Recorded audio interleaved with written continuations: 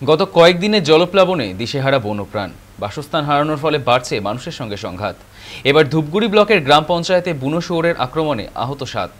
সাম্প্রতিক বন্যায় জনপদের পাশাপাশি কাদা পলি মাটিতে ঢেকেছে বনাঞ্চল। জলের তোরে ভেসে গেছে সম্পূর্ণ বাসস্থান। এর ফলে অগত্যা লোকালয়মুখী হচ্ছে সমস্ত বন্যপ্রাণ। শুক্রবার সেই বুনো শুয়োরের আক্রমণের ঘটনা ঘটেছে জলপাইগুড়ি জেলার ঝড়আলতা 1 নম্বর গ্রাম পঞ্চায়েতের পূর্ব ডাউকিমারি এলাকায়। স্থানীয় সূত্রে খবর, সকালে গ্রামে ঢুকে পড়ে বুনো শুয়োর, একে একে 3 জনকে আক্রমণ করে রক্তাক্ত করে। এরপর আতঙ্ক ছড়িয়ে পড়ে গোটা গ্রাম জুড়ে। বর্তমানে আহতদের ধূপগুড়ি মহকুমা হাসপাতালে চিকিৎসা চলছে। এদিকে ধূপগুড়ি ব্লকের ঝড়আলতা 2 নম্বর গ্রাম পঞ্চায়েতের খট্টিমারি এলাকায় কৃষি জমিতে কাজ করার সময় বন্যপ্রাণীর আঘাতে জখম হয়ে হাসপাতালে ভর্তি মোট 4 জন।